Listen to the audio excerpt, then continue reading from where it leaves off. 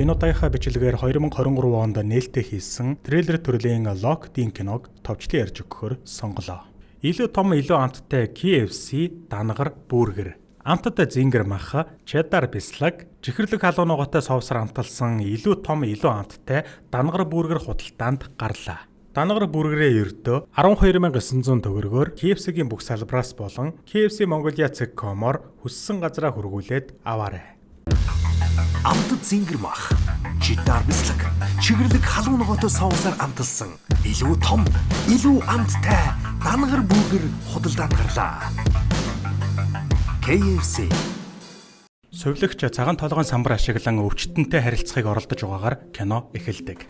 Харин өвчтөний хувьд ярьж чадахгүй сувлагчтай харилцахтаа нүдэл анивчин. Ингээд нүдэн анивчин ойлголцсны эцэст удалгүй сувлагч хэнийг нь түүнийг алах гэж оролцсныг ойлголоо. 5-7 хоногийн өмнө. Эмч Кэтрин гэх түрүүний өвчтөнд үйлчлэг хийн. Кэтрины хувьд толгой болон тархиндаа гэмтэл авснаар ямар ч хөдөлгөөн хийх чадваргүй болсон гэж эмч тайлбарладаг. Тэрээр 3 хоног комд байж байгаад дөнгөж сэрчгээд байгаа нь энэ ажээ. Яг одоогийнхоо энэ байдалд тэрээр нүдэн анивчиж эсвэл сэтгэл хөдлөлөө илэрхийлж чадахгүй байгаа ба өмнө нь ойн зам дээр түүнийг машин хурдтайгаар ирж мөргсөн нь тодорхой болно. Эмчийг явсны дараа өнөөх сувлагч Кэтрин дээр ирлээ. Тэрээр өөрийгөө Ники гэж танилцуулаад түүнийг эдгэхэд нь туслах болно гэж амладаг. Тэгэд Ники Кэтринаас нүдэ хөдлөх гээд үзхийг хүсдэгч өвчтөн хөдөлгөж чадсангүй. Үйл явдал Ники Кэтрины цорын ганц хамаатан болох Ленатай уулзаж түүнийг Locked-ийн хам шинжтэй болсныг тайлбарлана. Энэ хам шинж нь тухайн өвчтөн бие бүхэлд нь хөдөлгөж чадахгүй гэсэн үг бөгөөд харилцааны цорын ганц хэрэгсэл бол нүдэн анивчих явдал. Гэсэн ч Кэтрины одоогийн нөхцөл байдалд түүний нүд нь гэмтсэн болохоор тэрээр яг одоо нүдэч анивчиж чадахгүй байгаа гэлээ. Үүнийг сонсоод Ленагийн сэтгэл нөвдөж Кэтриныг хизээ нэгэн цагт эдгэх эсхийг асуухад Ники эдгэрнэ гэж хариулдаг. Улмаар тэд илүү нээлттэй ярилцсны эцэст Ники өвчтнийхөө талаар илүү ихийг мэдхийг хүсэж байгаагаа илэрхийлнэ. Ингээд Лена түүний талаар ярьж эхэлснээр өнгөрсөнд болсон үйл явдлаар кино үргэлжилдэг. Тэрээр Кэтринийг амьдралынхаа туршид мэддэг гэдгээ ярина. Ленаг жаахан байхад нь ээж нь нас барсан ба Кэтрин түүний хууль ёсны асран хамгаалагч нь болжээ. Тэр цагаас хойш Лена тансаг зэрэглэлийн Равлинг манорт гэр бүлийнхэнтэйгээ амьдарч эхэлсэн байна. Тухайн үед Кэтрин телевизийн жүжигчин байсан болохоор баян, дур булаам, алдартай нэгэн байсан. Ленад түүний бүхэл зүйл нь таалагддаг байсан ба тэрээр түүнийг маш ихээр шүтэн биширдэг байлаа. Гэсэн хэдий ч Кэтрины нөхөр генет нас барснаар бүх зүйл орвонгоор өөрчлөгдөж нөхөр нь гэрээслэлдээ Кэтрин өв хөрөнгөө үлдээлгүй өөрийнхөө Жэмид бүх зүйлээ үлдээсэн нь тодорхой болно. Энэ нь тэдний харилцаанд толб үлдээж Кэтрины атаархуу хорон байдал нь нэмэгдэжээ. Ленагийн хувьд Жэми болон Кэтринд хоёуланд нь хайртай, тэдэнтэй гэр бүл шиг л амьдрахыг хүссэн гэж ярьдаг. Өнгөрсөнд Лена Жэмитэй маш онцгой харилцаатай байсан болж таарна. Нэг өдөр тэд тоглож байтал Жэми генет таталт өгснөөр Лена Кэтриныг дууддаг. Тэдний ярианаас Жэми амьдралынхаа туршид өвчтөй байсан нь тодорхой болно. Өвчнөн түүнийг маш эмзэг бас сул дорой болгожээ. Оройн Кэтрин гоёмсог даашин зөмсөж маш баяртай байгаа нь харагдлаа. Лена түүнийг хаашаа явах гэж байгааг нь асуухад Кэтрин шин дүр авахын тулд найруулагчтай уулзна гэж хариулдаг. Тэрээр нөхөр нас барснаас хойш 2 жил шахуу кинонд тоглоогүй ажээ. Улмаар Лена түүнд амжилт хүсээд явууллаа. Дараа нь Жэми тэр хоёроо кино үзэж цагийг сайхан өнгөрүүлнэ. Удалгүй тэд ярилцаж хин хинийх нь төрсөн эцэг их нь нас барсан гэдгээрээ нийтлэг ижил талтай болохоо мэддэг. Жэмиг нялх байхад нь төрсөн ээж нь нас барсан ба хожим нь аав нь жүжигчин Кэтринтэй гэрэлсэн байж. Тиймээс Жэми хойд ээжтэй дургу гэдэг нь тодорхой болно. Түүний өрөвдөлтөд түүхийг сонссон Лена Жэмиг дандаа хамгаалж түүний хажууд байхаа амлалаа. Одоо цагт Ники Лена хоёр ярилцсан хэвээр. Сувлагч Ники сониуч нэгэн бололтой. Тэрээр өвчтнийхөө талаар илүү дэлгэрэнгүй мэдээлэл авахыг хичээсээр. Ники хүмбэр Кэтриныг үл таних хүн жолоодож явсан машинд дайруулсан гэж ярьж байгаа гэхэд Лена үүнд тийм ч итгэлтэй биш байлаа. Үргэлжлүүлээд Ники Кэтриныг Ленагийн хууль ёсны асран халамжлагч чинь юм уу? Эсвэл хадам ээж чинь юм уу гэдгийг тодруулан асуув. Хариуд нь Лена энэ их төвхтэй гэд өнгөрсөн дэх түүхээ үргэлжлүүлэн ярьж эхэлдэг. Тухайн цаг үеэс 3 жилийн дараа гайхмаар нь Лена Жэми нар гэрэлсэн байлаа. Тэдний цусан төрлийн биш эгч дүүсийн холбоо эцэстээ ормантик харилцаа болон хувирчээ. Кэтринийг тооцвол хүмүүр тэдэнд аз жаргал хүснэ. Кэтриний хувьд Ленаг Жеймигийн эд хөрөнгийг авахын тулд түүнтэй гэрлэх гэж байгаа шуналтай хүүхэн гэж үздэг. Хэдийгээр тэрээр энэ үгийг шууд хэлээгүй ч түүний яжилсан ярианаас тодорхой мэдэгдэнэ. Дараа нь хурим дээрээ бүжгэлж байтал Жейми хүчтэй таталт өгч үйл ажиллагааг саатууллаа. Лена түүнийг тайвшруулж чадахгүй байсан тул гэр бүлийн эмч Лауренс Жеймиг оронд нь хэвтүүлдэг. Лауренс бол архаг өвчний талаар хязгаарлагдмал мэдлэгтэй ерөнхий эмч болж таарна. Гэсэн ч эмч гэр бүлийнхэнтэй ойрхон харилцаатай байдаг болохоор Жеймигийн хувийн эмч нь болжээ. Одоо цагт совилогч Ленагаас өөрийг нь санаж байгаа эсхийг асуув. Лена гайхахад Ники хэдэн сарын өмнө өөрийгөө өвчтөе Жеймиг асарч байсан гэдгийг илчилдэг. Өнгөрсөнд Лена Кэтрин хоёрын хоорондын харилцаа улмал дорцсоор байлаа. Нэгэндээ дургуйгээсээ болоод өөдөөдөөсөө бараг л ихцлэн харахаач болжээ. Өдөр ирэх тусам эрүүл мэнд нь муудж байгаа тул Жеймигийн нөхцөл байдал ч сайнгүй. Ядаж байхад тэрээр дээрээс нь өвчин амдагч эмэндээ донтсон байлаа. Лена өвчин амдагч эмээ уухаа зогсоо гэсэн ч Жейми түүний үгийг тоосонгүй. Улмаар Лена сэтгэл санаагаа дээрдүүлэхийн тулд ойролцоох нууранд сэлэхээр шийддэг. Замдаа тэрээр эмчтэй таарахад тэрээр Ленаг их л сонжсон байдалтай харах ба түүнийг илүү их гадуур гарах хэрэгтэй гэж зөвлөнө. Үүнийг сонсоод Лена өвчтөе нөхрөөсөө болоод гадуур гарч чадахгүй гэдгээ хэллээ. Дараа нь Лена нуурын усанд шомбож хүйтэн усанд хэсэгкэнч болов тайвширлыг мэдэрдэг. Энэ үед түүнд хонх дуурханаа сонсогдох ба Жеймид асуудал гарсан бол тэрээр хонх дуургадаг болж таарна. Лена яран байшин руугаа ороход Жейми таталт өгснөөсөө болоод ухаан алджээ. Үйл явдал Лена нөхрөө эмнэлэгт хүргэж Ники түүний совилогчаар хуваарлагдсан байдаг. Совилогч Лауренс эмчтэй таарахтаа Жеймид өвчин амдагч эм бичиж өгсөн эмч мөн эсхийг түүнээс асуулаа. Тэгээд Жейми шиг сул дорой хүнд энэ эмийн тун ихтэн гэдгийг батлан хэлнэ. Улмаар Лауренс совилогчийн хамтаар өрөөнөөс гараад өөрийнх нь стандартыг шүүмжиллээ хэмээн ууралдаг. Энэ мөчөөс эхлэн Ники эмчийг аюултай сэжигтэй нэгэн гэж үзэж эхлэв. Дараа нь Лена Лауренстэй тусдаа уулзаж одоогийн нөхцөл байдалд сэтгэл дундуур байгаагаа илэрхийлнэ. Хэдийгээр тэрээр Жеймид хайртай ч түүнийг байнга л асарч халамжлахаас удаандаа залхаж байгаагаа хэллээ. Жейми эдгэрхийг хүсэхгүй байгаагаас гадна түүний үгийг огтхон ч сонсохгүй байна гэж Лена гомдлоно. Хариуд нь эмч түүнийг гадуур гарч хөгжилд хэсэгхэн хугацаанд ч болов амралт тав гэж зөвлөдөг. Шөнө нь Лена эмчийг зүүдлэнэ. Тэд хамтдаа нууранд сэлж байх бөгөөд бараг л үнсэлцэх гэж байлаа. Энэ үед тэрээр гэнэт зочин сэрдэг ба өөрийгөө эмчэд дурлаж байгаагаа ойлгоно. Тэгэд Лена өөрийн нууц тэмдэглэлдээ тэмдэглэл биччихээд буцаад унтдаг. Өдөр хоног өнгөрөх тусам Лена эмчтэй илүү дотн болж эхэллээ. Лена түүнтэй байнга уулзаж теннис тоглох, дар суух гэх мэт янз бүрээр цагийг зугаатай өнгөрүүлсээр. Гэсэн хэдий ч Жеймитэй цуг үлдсэн үедээ гуниглаж сэтгэлээр уунана. Эцэст нь Лена Кэтрин хоёрын харилцаа хамгийн муу түвшиндээ хүрч харин Жейми шөнийн цагаар амьсгалын аппарат хэрэглэх шаардлагатай болсон байлаа. Жейми өдөр ирэх тусам бие нь муутсаар. Нэгэн бороотой шөнө Лена бие барьж дэсэлгүй сарвчанд Лауренс эмчтэй дотн харилцаанд ордог. Ингэснээрээ түүний сэтгэл гутрал бухимдал тайлагдана. Хэд хоногийн дараа Кэтриний төрсөн өдөр нь болж гэр бүлийнхэн бяцхан баяр тэмдэглэхээр боллоо. Эмчч бас өргөцсөн байх ба Лена Кэтринд зориулж төгөлдөр хууран дээр гайхалтай ая тоглодог. Дараа нь тэд баярын бэлууга хуваана. Гэсэн хэдий ч бүх зүйл сайхан байсан ч Кэтрин гэнэт бухимдлаа гаргаж эхэллээ. Тэрээр Ленагийн нас барсан ээжийн тухай ярьж түүний ээжийг өөрийнх нь амжилтанд атаархсан гэж хэлнэ.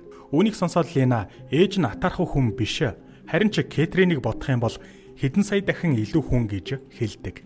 Хариуд нь Кэтрин өөрийгөө Ленагийн хууль ёсны асран халамжлагч болохыг хүссэн ганцхан хүн нь байсан. Тэгээгүй бол түүнийг асрамжийн газарт очих байсан гэдгийг хэллээ. Улмаар Лена хэлэх үггүй болж уурлаж ширээг орхин явхад хүрнэ. Явхаас өмнө тэрээр Кэтринд одоо энэ эдлэн газар эд хөрөнгө Жейми болон өөрийнх нь гэдгийг хэлдэг. Шөнө нь Лена Жейми хоёр маргалдана. Лена өөрийнх нь амьдрал хэрхэн бүтлгүүцсэнд сэтгэл дундуур байгаагаа илэрхийлж Жеймиг асрах ёстой болохоор гэрээсээ гарч чадахгүй байгаагаа хэлдэг. Хариуд нь Жейми түүнгүүгээр Ленаг юу ч биш гэдгийг анхааруулна.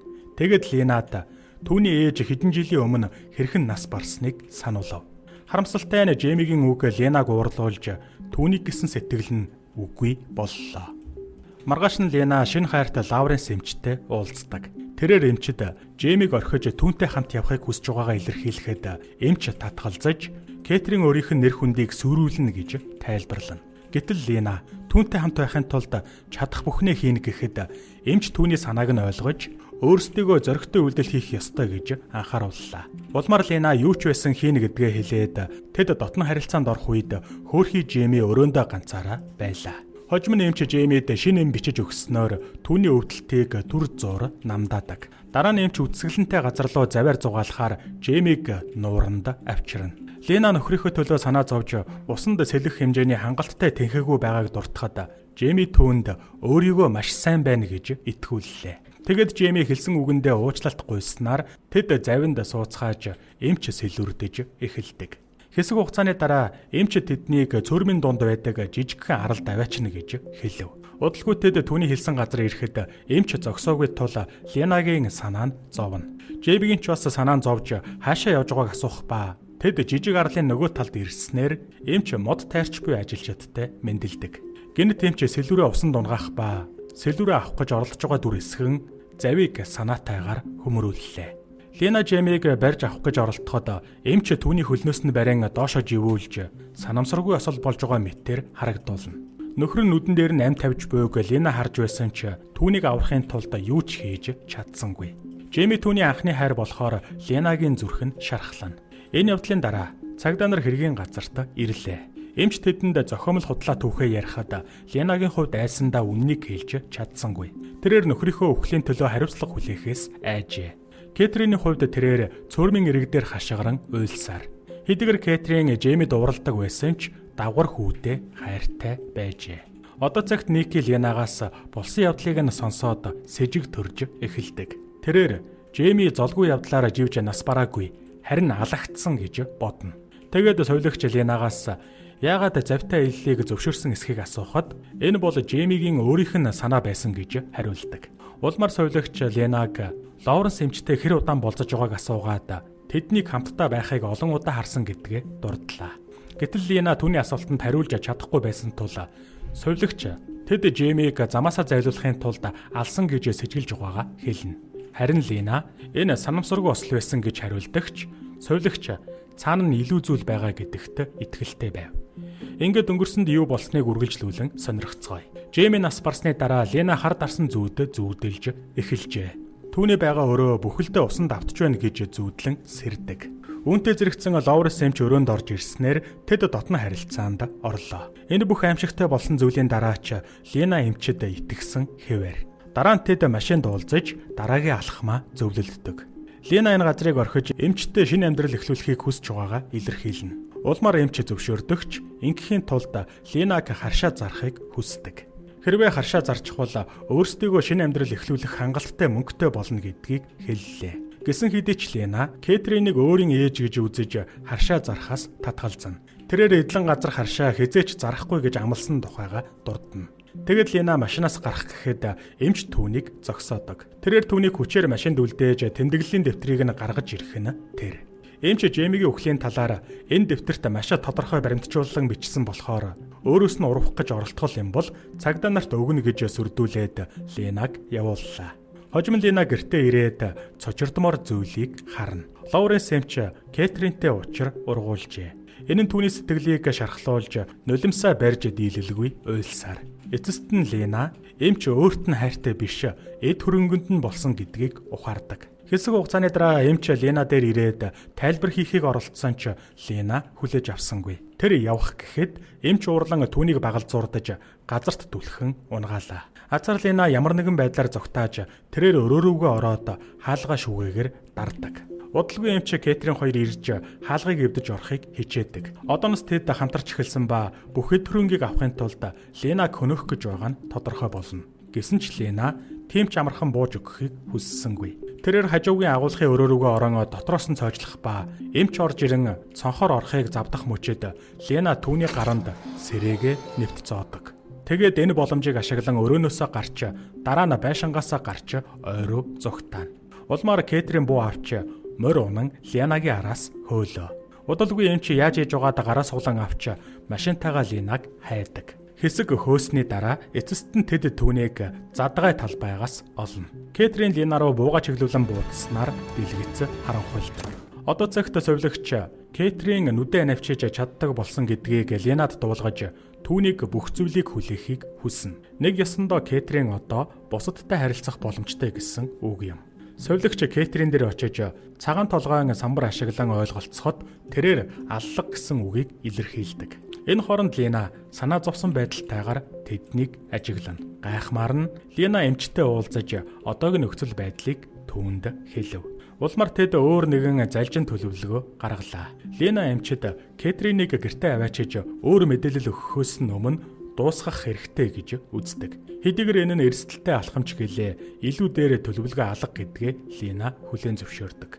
Дараа нь тэд нууцаар эмнэлэгт нэвтэрч Кэтриныг тэрэгэнцэрт суулган авч явлаа. Удалгүй совилогч ирсэн ч хэдийнэ оройтсон байв.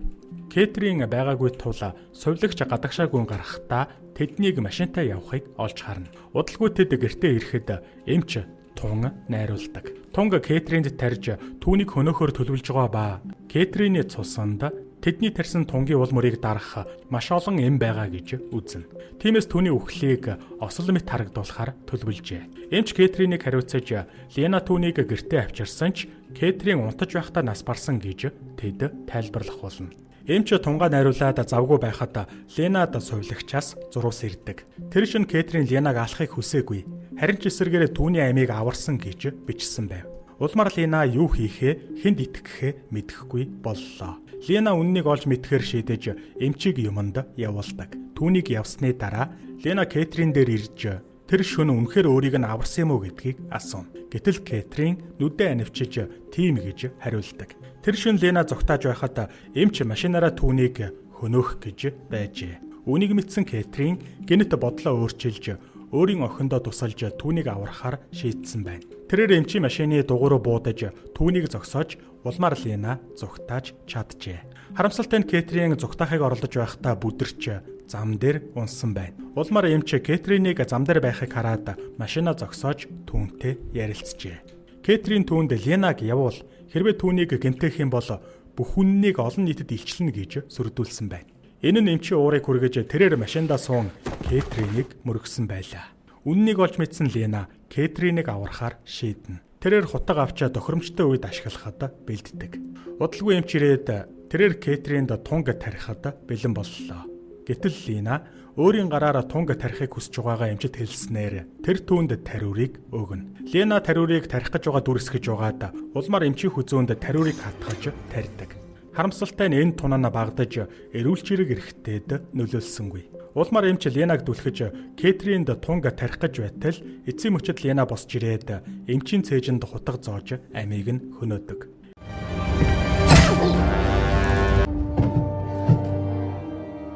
Энэ бүх явдлын дараа цагдаа хэргийн газарт ирлээ. Тэд эмчийн цогцыг авч явхад Лена Кэтрин совилогч нар цогцыг ажиглан хоцорно.